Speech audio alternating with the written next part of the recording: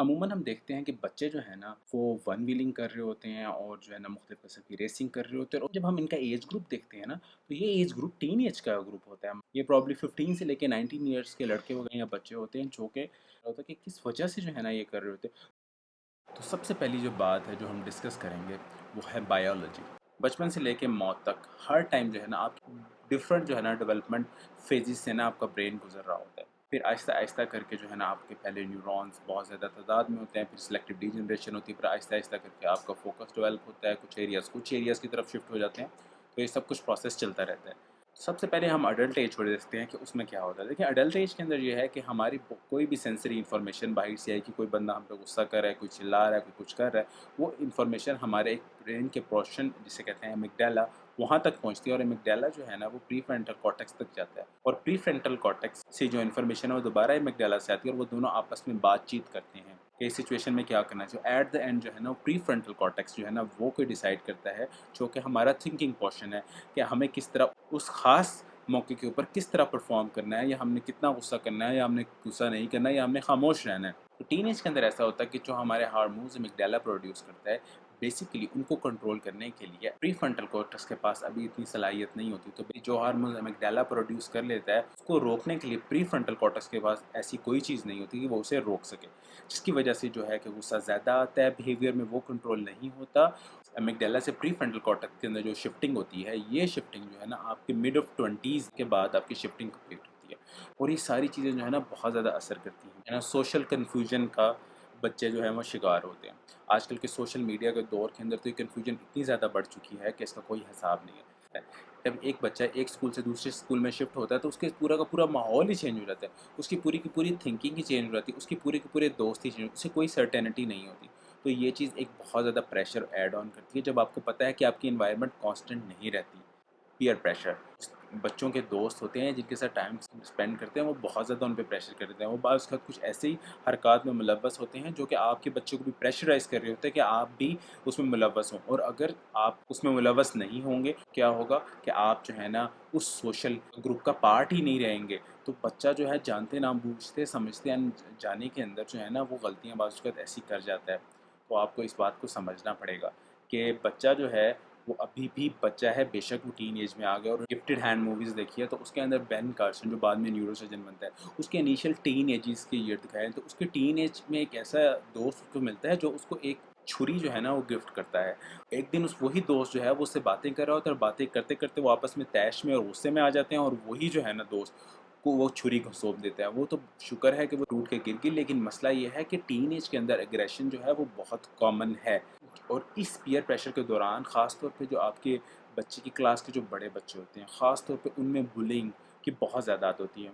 जब मैं 6th class के अंदर जब मैं पढ़ता होता था तो हमारी क्लास के अंदर एक थोड़ा बिग फिज़िक का बच्चा था। तो अमूमन ये था कि जब मैं जा रहा होता था वो अपनी टाँगें कर देता होता था और मैं सीधा चलता-चलता गिर जाता था और I would trip over and over and over. पूरी क्लास जो है ना देखती होती थी कि भाई क्या हो गया। और उस एक बच्चे की वज़ह से जो मैं सारा का सारा साल जो था मैं इंतहाई प्रेशर के अंदर रहा था कि जब वो बच्चा स्कूल जा रहा है तो उसको इंतहाई वहाँ प्रेशर का सामना है। बच्चा उस टाइम जो है ना सेल्फ आइडेंटिफिकेशन की तरफ जाता है, मतलब बच्चा अपने आप को पहचानने की कोशिश कर रहा होता है। बच्चा जो है वो जो भी अथॉरिटेटिव फिगर होती है, मतलब जैसे कि आप हैं, जो है आपके पार्टनर हैं, वो जब बच्चे को कोई भी चीज़ समझाते हैं तो बच्चा जो है ना उस चीज़ को रेजिस्ट करने की कोशिश कर रहा होता है। उसकी वजह ये होती है कि वो अपने आप की आइडेंटिटी बना रहा होता है। वो कह रहा होता है कि मैं बच्चा नहीं रहा, अब मैं बड़ा होता जा रहा हूँ, फुल एक इंसान हूँ, ना कि मैं कोई बच्चा हूँ जिसे आप बच्चों की तरह ट्रीट करते हैं, जैसे आप 10 साल के बच्चे को ट्रीट कर रहे हैं। इसके अलावा जो है ना सर्टेन हार्मोनल लेवल आ रहे होते हैं। बच्चा जो है ना उसकी ग्रोथ हो रही होती है, वो ऐसे हार्मोन उसकी बॉडी में आ रही होती है जिसकी जिसकी वजह से उसकी हाइट इंक्रीज़ हो रही होती है, पुबर्टी को हिट कर रहा होता है। ये सारी चीज़ें मिलके जो है ना उसके अंदर एक हार्मोन का एक ऐसे ज़ख़ीरा सा बना होता है, वो रोज़ उसके अंदर से गुज़र रहा होता है। तो उसके अंदर एग्रेशन उस ही लिहाज से आता जा रहा होता है। आप अपने बच्चे की एनवायरनमेंट को इस तरह मॉडिफ़ाई कर सकते हैं कि आप जो है ना बच्चे की जो एग्रेशन है उसको कंट्रोल कर सकें। अगर वो सेल्फ आइडेंटिफिकेशन की वजह से आपकी बात नहीं भी सुन रहा, कोई ना कोई उसकी फैमिली के अंदर ऐसा बंदा होगा जिसको वो आइडियल समझता है, या जिसको वो समझता है कि ये बहुत अच्छा बंदा है, या जो कि उसका कज़न हो सकता है, बड़ा भाई हो सकता है, या कोई भी ऐसी इंसान हो जिसको वो आइडियलाइज़ करता है। तो आप उससे कह सकते हैं कि वो उससे रिक्वेस्ट कर सकते हैं कि वो आपके बच्चे को समझाए ये चीज़ अच्छी है, ये चीज़ बुरी है, तो वो चीज़ बच्चा जो है ना वो बेहतर समझेगा अगर आप उसको खुद ब खुद समझाने की कोशिश करेंगे। उसकी वजह ये नहीं है कि वो आपकी कम इज़्ज़त करता है, बात ये है कि वो आपसे अब अपने आप को डिस्टेंट करके अपनी एक खुद की आइडेंटिटी बनाना चाहता है। जैसे एक पौधा जो है वो अब आपके छाँव से निकल के वो अपने आप को दरख्त बनाना चाहता है। अगर आप ही सारी उम्र उसके ऊपर छाँव करके रखेंगे तो कभी वो अपना पूरा पोटेंशियल इस्तेमाल नहीं कर सकेगा। उसको ओपनली बोलने दें। ओपनली बोलेंगे तो वो अपने जो सारे मसाइल है वो आपके साथ डिस्कस करेगा।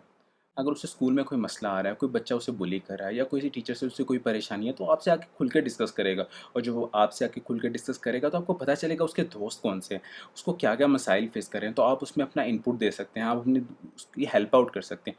जब मैं इस फेज़ से गुजर रहा था, फिफ्थ क्लास से फेज़ से मैट्रिक की फेज़ में, इस फेज़ के अंदर जो था, मेरी मदर ने हमेशा मुझसे एक ही बात की। उन्होंने कहा कि हनान, मैं तुम्हारी बेस्ट फ्रेंड हूँ, तुम मेरे से कोई भी बात कर सकते हो। तो मैं अमूमन जो है ना उनसे आके हर तरह की बात शेयर कर लेता, तो मुझे गाइड करती होती थी। उन्हें पता होता था कि मेरे कौन से दोस्त हैं, उन्हें पता था कि मैं क्या मसाइल फेस कर रहा हूँ। तो मुझे बहुत हेल्प आउट हुई थी ड्यूरिंग जो है ना मेरे टीन एजेस, जिसमें मुझे जो है ना सख्त सपोर्ट की ज़रूरत होती है। अगर आपको वीडियो पसंद आई है तो प्लीज़ वीडियो को लाइक करिएगा, चैनल को ज़रूर सब्सक्राइब ज़रूर करिएगा। अपना बहुत सारा ख्याल रखिएगा और मुझे दुआओं में याद रखिएगा।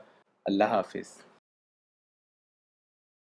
अगर आप चाहते हैं कि आपका बच्चा जो है चीज़ें अचीव कर सके जो आपने उसके लिए सोची हुई हैं, या आप ड्रीम करते हैं कि आपका बच्चा भी कभी सक्सेसफुल बन सके, तो ये मैंने वीडियो बनाई हुई है। इस वीडियो के अंदर मैंने मुख्तलिफ टिप्स दी हैं के अंदर, जिसको अगर आप अप्लाई करेंगे तो आपके बच्चे की ज़िंदगी के अंदर बहुत सारी ऐसी चेंजेस आ जाएगी और उसको हेल्प आउट होगी कि वो अपना फुल पोटेंशियल अचीव कर सके।